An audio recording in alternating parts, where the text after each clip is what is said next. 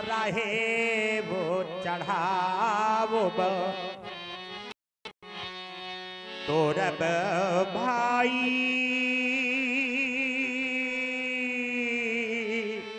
तेल भरी भूमि न सके वो छड़ाई तेल भरी भूमि। अरे उठाना चढ़ाना तो दूर, कोई भी वीर कोई भी नेपाल इस अजगों को तिल मात्र हिला तक नहीं सका। किसके भरोसे अब मैं अपने प्रण को पकड़ कर बैठा रहूं? अरे कौन है ऐसा जो अब भी मेरे प्रण को पूर्ण करने के लिए आगे बढ़कर आएगा? नहीं दिखाई देता कोई। तो अब मैं किसी की मौखिक वीरता सुनना नहीं चाहता। बड़ी बड़ी वीरता की डींगे मारते रहे, अब मैं मौखिक वीरता नहीं सुनना चाहता। यदि कोई वीर है तो आगे बढ़कर आवे और इस अजगों की प्रत्यंचा को चढ़ाकर वीरता को प्रमाणित कर दे। नहीं तो अब जाने के वो माखे भटमानी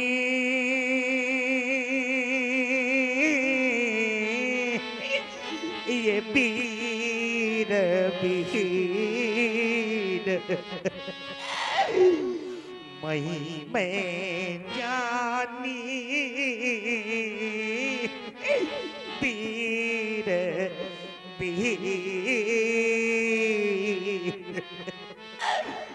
मैंने जान लिया ये वसुंधरा वीरों से शून्य हो गई, वीरों से काली हो गई। अब नहीं रह गया कोई वीर।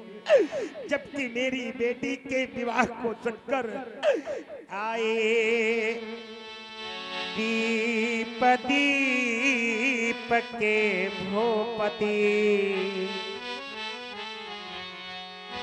सुनकर सीता व्याह कहानी देव और दानव भी आए। विपुल वीर की बहनानी शानी, किंतु नहीं धन अब तक टूटा। ये हमसे कोई पाप हुआ है जिससे लगता विधि है रूठा, या कहीं हमारा भाग्य फूटा, या स्वयं हमारा भाग्य फूटा। अरे जिस वसुंधरा को रत्नगर्भा कहा जाता था, आज उसी वसुंधरा पर कोई वीर नहीं रह गया। वीर प्रसूनी आज धरा, क्या वीरों से निर्मूल हो गई रचयिता ब्रह्मा देवी। कैसी बारी भूल हो गई। और आप लोग देख रहे हैं महाराज जनक जी द्वारा बहुत ही कारुणिक अभिनय। इस करुणामयी वाणी से प्रभावित हुए आप बड़े भैया मनोज जी शर्मा रतनपुर, आपके द्वारा 51 मुद्राएं महाराज जनक जी के लिए भेंट हैं। कोटसा साधुवाद, धन्यवाद। आज मेरी बेटी के लिए विधाता ने एक बार नहीं जन्मा, जबकि मैं तो ये सुना करता हूँ कि बेटी का जन्म बाद में होता है, उसके लिए वर का जन्म पहले हो जाता। फिर क्या केवल मेरी बेटी के लिए विधाता ने वर नहीं जन्मा?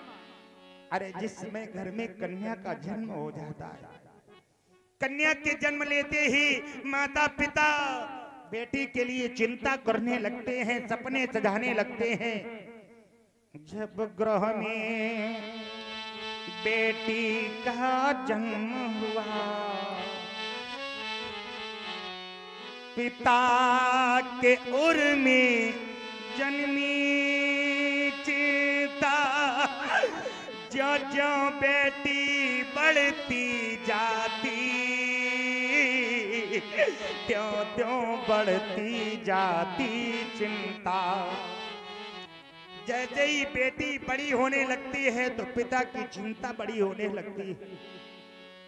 पिता को चिंता ये नहीं होती मैं अपनी बेटी को बहुत सारा धन कहां से दूंगा, क्योंकि बेटी को कोई नहीं देता है। संसार में आने के बाद वो चाहे बेटा हो या बेटी हो, अपनी भाग्य का पाती है। पिता को चिंता क्या होती है कि बेटी तो कुल की मर्यादा होती है, जबकि हर माता पिता जानते हैं बेटी को मैं जीवन भर अपने पास नहीं रख पाऊंगा, लेकिन कुल की मर्यादा को सभी सुरक्षित रखना चाहते हैं। यही चिंता होती है पिता को कि बेटी देनी है, लेकिन किसको देनी है और कब देनी है। यही चिंता क्या करता है पिता कि कब दूंगा, किसको दूंगा। है ये रोज सताती चिंता, ज्यों ज्यों बेटी बढ़ती जाती, त्यों त्यों बढ़ती जाती चिंता। जैसे ही बेटी बड़ी होती पिता की चिंता बड़ी होती। यदि पानी बरस रहा हो और छानी टूटी हो, किसी को सोने के लिए कहा जाए तो उसे कभी नींद नहीं आती। ठीक वैसे ही पिता के नेत्रों से नींद छिन जाती है जब घर में बेटी बड़ी हो जाती है। उनमें नींद कहाँ, जिस घर में टूटी छानी हो, हे पिता हृदय में शांति कहाँ, जिस घर में सुता सयानी हो, जिस घर में सुता सयानी हो।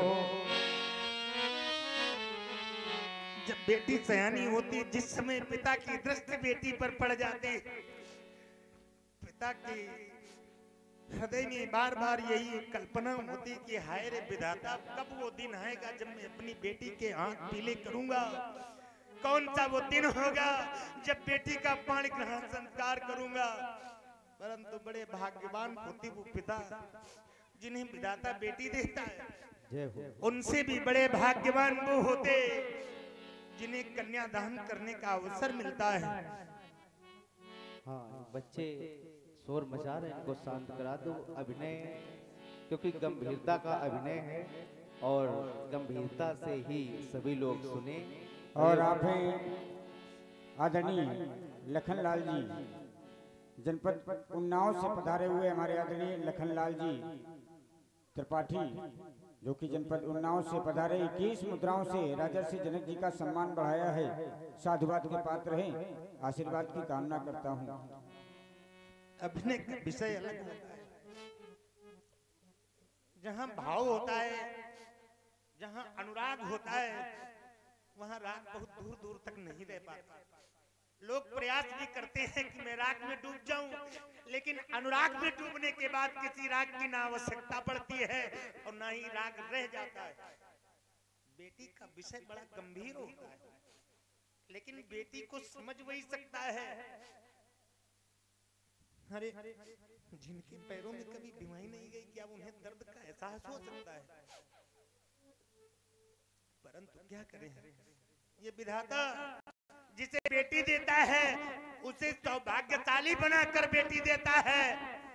भाग्यशाली को तो बेटियां मिल जाती हैं, लेकिन सौभाग्यशाली वो होते हैं जिन्हें कन्यादान करने का अवसर मिल जाए। अभागे बेचारे वो पिता है, तमाम पिता ऐसे हैं जिन्हें विधाता ने एक बेटी नहीं दी है।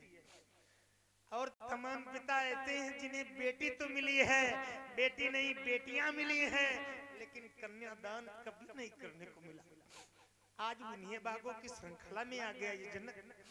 कौन सा अपराध किया था इस जनक ने जिसका परिणाम इस रूप में प्रस्तुत हो गया है? मैंने तो तमाम कल्पनाएं की थी। मैंने ही नहीं, प्रत्येक माता पिता कल्पनाएं करते हैं। मैंने भी सोचा था मैंने जीवन में समुदी से प्रेम मिलन होगा, ये अजगव टूटे निधि बीतेगी, वर्दिन मणि का दर्शन होगा, वो साहसी मुख पर दिखेगी। कवि सूर्य कमल विकसित होगा, होंगी परिपूर्ण कल्पनाएं, अब आज न क्या वो दिन होगा, अब आज न क्या वह दिन होगा। परंतु अब तो ऐसा लगता है कि हमारी हृदय की कल्पना मात्र बनकर रह जाएगी। अब ये कल्पना साकार न हो पाएगी। मैंने तो हर प्रयास किया, परंतु क्या करूं बेटी, हेती अनेकन यत्न किए, पर कर्म की रेख मिटा न सके, रंग भूमि अनेकन पीर जुटे, धन कोटिन धूप हिला न सके, ये धन कोटिन भूप हिला न सके। हाथ न पीले तुम्हारे हुए, सिर मांग सिंदूर सजा न सके, विपरीत विधाता हुआ हमसे,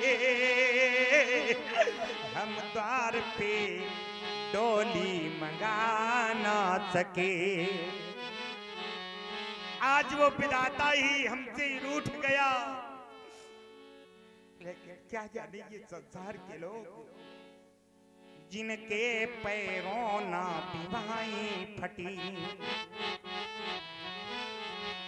वो पीर पराई क्या जाने, जिसने बेटी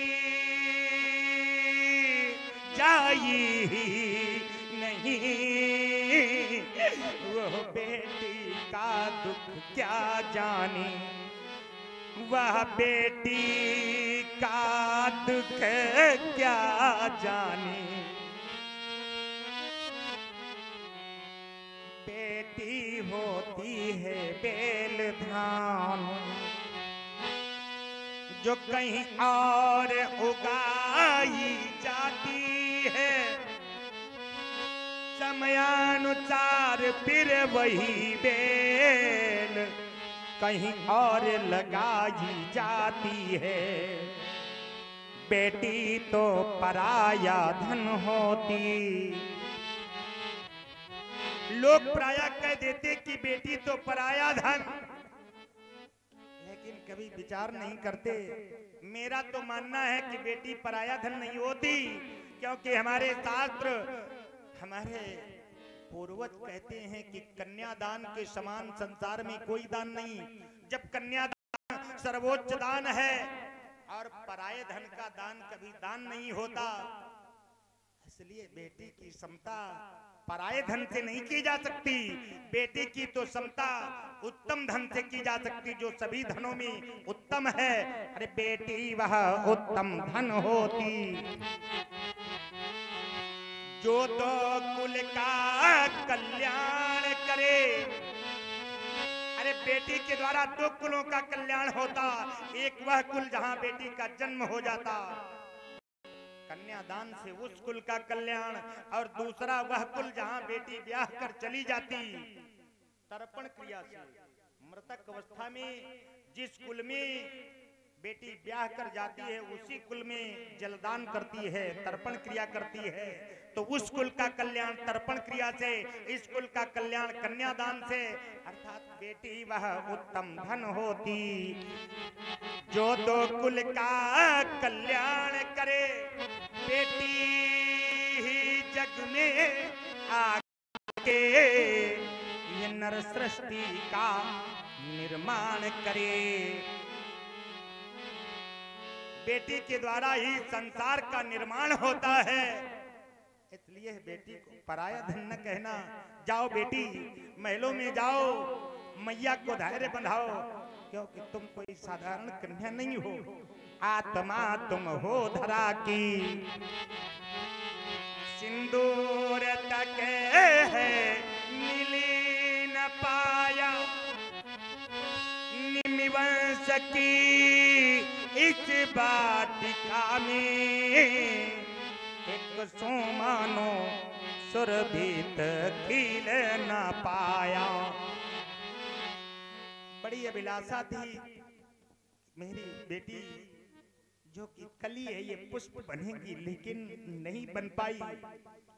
जो वीर जधनो कर सीत करे, वह वीर पुंगव हो गया। लाडली के भाग्य का भगवान मानो सो गया, वो भगवान मानो सो गया। जाओ बेटी मैया के पास जाओ, माता का हृदय बड़ा कोमल होता है, क्योंकि माता जानती है बेटी का दुख क्या होता है। जो 9 मास अपने उदर में पालकर बेटी को जन्म देती है, अपने शरीर का रक्त पिलाकर बेटी को बड़ा करती है। जब बेटी हाथ बटाने वाली हो जाती है, अपने से कोसों दूर भेज देती है। धन्य होती है माता, धन्य होता है माता का प्रेम, धन्य होता है माता का वात्सल्य। परंतु क्या करें, यह अभागा जनक आज अपने जीवन में नहीं पा सका। इसलिए चाहता हूं अधिवेशन को समाप्त किया जाए। अब क्यों बैठे हो? तजहु आस निज निज ग्रह जाहू, लिखा न विधि वैदेह विवाहू। आसरा छोड़ प्रस्थान करो, दुख दिया हमी को दाता ने, और सीता सुकुमारी का विवाह लिखा ही नहीं विधाता ने। जब विधाता ने नहीं लिखा है तो आप लोग क्या कर सकते हैं? जाओ अधिवेशन को समाप्त करो, गिरा दो पांडालों को, ये बुझा दो दीपमालाएं कह दो।